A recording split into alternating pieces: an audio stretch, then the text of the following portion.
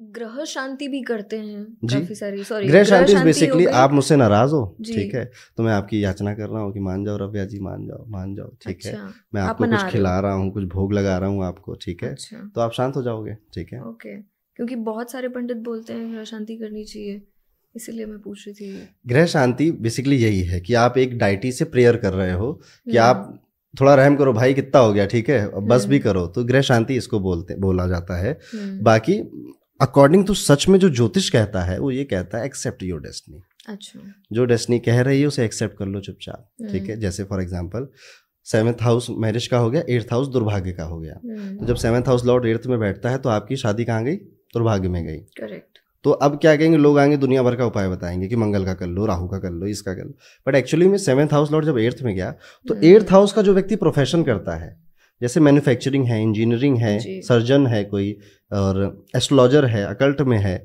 या किसी तरह का उसका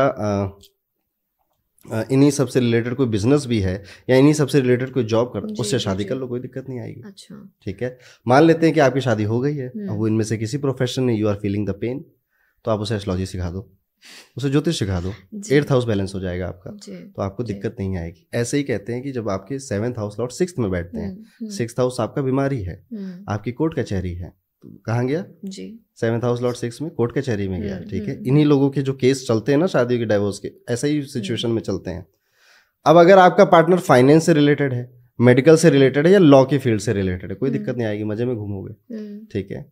कुछ लोग आपको मिलेंगे कि मुझे तो सारे पंडितों ने कहा कि आपका डाइवोर्स हो जाएगा, हमारा कुछ डाइवोर्स नहीं हुआ, करेक्ट, ठीक है, बिकॉज आप इनडायरेक्टली वो रेमेडी न जाने कब से कर रहे थे, अच्छा, ठीक है, आपको पता ही नहीं था आप कब से वो उपाय कर रहे हैं। अरुण जी, पर कई बार ऐसे होता है ना कि आपने लव मैरिज करी है ना, लेकिन कई बार ऐसे होता है कि आप के घर में आपकी शादी कुंडली मिला कर करी। हम कई ऐसे लोगों को देखते हैं जिनकी कुंडली मिलाने के बावजूद भी उनके डिवोर्सेस हुए हैं। इसमें ना गलती कई बहुत हद तक लोगों की खुद की है, ठीक है। अब कल की ही बात बताता हूँ आपको, कल एक केस आया मेरे पास कि पंडित जी हमारा लड़का कुछ काम नहीं करता, ठीक है, और वो लगभग 34-35 साल का हो गया है, ठीक है, पर एक बहुत बढ़िया रिश्ता आया पंडित जी, ठीक है, पड़ोस में है, उनकी बेटी यूएस में नौकरी करती है, इन्वेस्टमेंट बैंकर है, और वो हमारे बचपन की सहेली भी है, और वो हमसे शादी करने को कह रहे हैं, ठीक है। मैंने कुंडली देखी, केतु 7th हाउस में, कुंडली मैच नहीं हो रही, ठीक है, मैंने कहा कि मत करो, भला है। पंडित जी अब बातचीत आगे बढ़ गई है, आप कुछ उपाय बता दीजिए। तो मैं तो पंडित हूँ, ठीक है, मैंने तो अपनी जो भी एस्ट्रोलॉजर जो पहली एडवाइस देता है बस वही रियल होती है, उसके बाद वो आपकी बात मान के उपाय बताता है, ठीक है। सो आपने जब, अब क्या है, आपने ठान लिया है कि शिवांगी से शादी या शिवानी से शादी करोगे ही करोगे, या काजल से शादी करोगे ही करोगे, ठीक है। तो अब एक ज्योतिष बेचारा क्या करेगा, वो उपाय बताएगा, फिर वो कहेगा कुंभ विवाह कर लो, ये उपाय कर लो, वो उपाय कर लो। तो आपने एक्चुअल बात नहीं मानी जो उसने बोली थी, उसके बाद आप कहोगे कि कुंडली मिलाई थी हमने, उपाय भी किए थे, कुछ हुआ ही नहीं। तो ये भी कई तरह लोगों की गलती है। इसलिए जब मेरे पास कोई कुंडली मिलवाने आता है तो मैं पहले पूछता हूँ लव मैरिज है अरेंज, ठीक है। लव मैरिज होगी तो फिर तुम मेरी बात नहीं सुनोगे, ठीक है। मैं कुछ भी कहूंगा तुम यही कहोगे पंडित जी उपाय क्या है, या इसको कैसे ठीक करना है ये बताना है। कई जगहों पे ठीक किया भी जा सकता है, ठीक है, पर कई जगहों पे नहीं ठीक किया जा सकता, ठीक है। अगर कांच का कप टूट गया वो, ठीक है, उसे आप कितना भी फेविकोल से जोड़ लो वो बात नहीं आएगी उसमें। तो ये भी कई लोगों की दिक्कत होती है, ओके। कई बार कुंडली मैच मेकिंग में कई बार एस्ट्रोलॉजर गलती कर बैठते हैं। अब कुंडली मैच मेकिंग का ही सिस्टम मैं आपको बता दूं, ये बहुत ओल्ड है, बहुत पुराना है, ठीक है। ये अब आज के परिवेश में उतना एक्यूरेट नहीं बैठता, ठीक है। इसमें जो भकटू है, भकटू होता है ना जिसके 7 नंबर होते हैं, ठीक है, एक वो चीज जरूर देखनी चाहिए आपको, ठीक है। बाकी जैसे नाड़ी क्या कहती थी, नाड़ी कहती थी ब्लड प्योरिटी की बात करती थी कि अगर आप दोनों का ब्लड ग्रुप अगर सेम है इस टाइप से तो आप शादी मत करो, अदरवाइज आपकी जो ऑफस्प्रिंग आएगी उसमें प्रॉब्लम आ जाएगी। अब किसी का ब्लड प्योर नहीं है, ठीक है। पुराने टाइम में हुआ करता था कि ठाकुरों का बीज ठाकुरों में ही जाएगा, ये बातें होती थी। अब कहाँ सब, ठीक है, अब तो इतना क्रिस क्रॉस हो चुका है, इसलिए ये इतना एक्यूरेट नहीं है। अभी अगर आपको शादी करनी है कुछ मत ज़्यादा दिमाग लगाओ, लड़के की कुंडली दिखाओ, लड़की की कुंडली दिखाओ, ये सब चीज़ें चेक कर लो। पहला पैसा, ठीक है, अगर दोनों में मनी ठीक है, मनी हाउस मज़ेदार है, अच्छा है, तो आप ओके बोल दो यहाँ पे, क्योंकि चाहे जितना प्यार करते हो पैसा नहीं है, सब खिड़की से सारा प्यार शादी के बाद चला जाएगा बाहर, ठीक है। दूसरी चीज़ आप देखेंगे हेल्थ, ठीक है। हेल्थ में ही आपका बेबी भी आ जाता है, ठीक है, क्योंकि शादी से पहले भले आपको बच्चों का शौक ना हो, शादी के बाद बहुत हो जाता है, ठीक है, और आपका बच्चा फिर आपकी पूरी दुनिया हो जाती है, ठीक है। तो आप देख लीजिए कि कहीं इसका बेबी का तो कुछ ऐसा नहीं कि एक के में है एक के में नहीं है जी। तो पहला हो गया मनी, दूसरा हो गया हेल्थ एंड बेबी, तीसरा आप देखिए अफेयर, कि कहीं ये करेक्टर तो लूज नहीं है इस इंसान का, कहीं ये एक के साथ क्या चार के साथ तो नहीं रहेगा, ठीक है। इसी करेक्टर में इंसान की डाइवोर्स की किसी का में योग तो नहीं है, अफेयर डाइवोर्स ये सब आप चेक कर लो, ठीक है।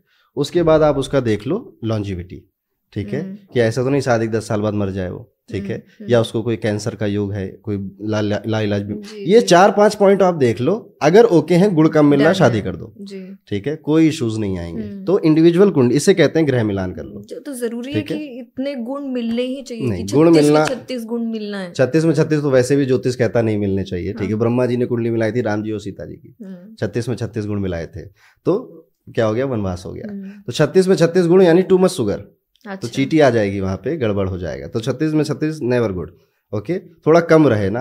अब हर किसी को मुकम्मल जहां नहीं मिलता, किसी को जमीन नहीं मिलती, किसी को आसमान नहीं मिलता, कुछ ना कुछ तो कमी रह जाएगी। और बड़े अच्छे टीचर की अभी मैं एक वीडियो देख रहा था, उन्होंने कहा था कि जब आप किसी को घर लेकर आते हो या किसी से शादी करते हो, तो आपने उस पूरे डेटिंग पीरियड में उनको अपना बेस्ट वर्जन दिखाया होता है, ठीक है, कि आप तो इतने अच्छे हो, आप तो इतने अंडरस्टैंडिंग हो, आप तो पूरे ओपन माइंडेड हो। और जब वो आते हैं शादी में करके आपके घर में, तब आपके धीरे धीरे पत्ते खुलते हैं कि नहीं नहीं आप ऐसे कपड़े नहीं पहन सकते, नहीं नहीं आप इससे बात नहीं कर सकते।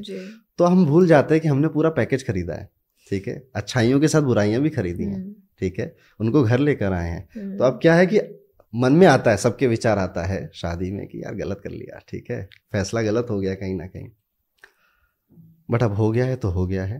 और ऐसा नहीं है कि आप किसी और को चूज करते तो वो अच्छा निकल आता, उसमें भी कुछ गलतियां निकलती, तब भी आप शिकायत करते, ठीक है। तो इट्स बेटर कि आप जितना एक्सेप्ट कर लें अपने पार्टनर को, अपने स्पाउस को, उतना ही बेहतर है, ठीक है। और दूसरी चीज है, मैरिज के बाद कभी भी मेक श्योर प्यार भले थोड़ा कम हो जाए पर इज्जत कम नहीं होनी चाहिए। Respect is the only thing जो कि एक रिश्ते को चलाती है। वो रिस्पेक्ट, आप कमरे में खूब झगड़ो, खूब बाल नोचो एक दूसरे को, बट जब थर्ड पर्सन आपके में आ गया लड़ाइयों को संभालने के लिए, समझ जाओ फिर नहीं बचने वाला रिश्ता, चाहे वो आपके मम्मी पापा ही क्यों ना हो, क्योंकि आप अपने मम्मी पापा के लिए राजा बाबू हो, ठीक है, राजा बेटा हो आप, ठीक है। आप मम्मी को जो कहोगे तो मम्मी यही कहेंगे हाँ सामने वाले की गलती है, बहू की गलती होगी, और बहू अपनी मम्मी कहेगी कि हाँ ये दामाद की गलती है, ठीक है। तो आप अपने घर में राजा बेटा हो, आप कभी भी अपने घर में दिक्कतें बताओगे तो हमेशा आप ही सही हो, सामने वाला गलत है। बट एक्चुअल में सब लोग आपका रिश्ता खराब कर सकते हैं, सिर्फ आप ही सुधार सकते हो। लड़ाइयाँ कमरों में करें, आपस में करें, वहीं सुलझा लें कभी, और इसी को रिस्पेक्ट कहते हैं। इसीलिए हम देखते हैं कि जो हमारे मम्मी और वो जमाने की जो शादी हैं जो इतनी निभी हुई है, but now when you see ये जनरेशन, बड़ी ही जल्दी डिवोर्सेस भी होने लग जाते हैं जी। करेक्ट।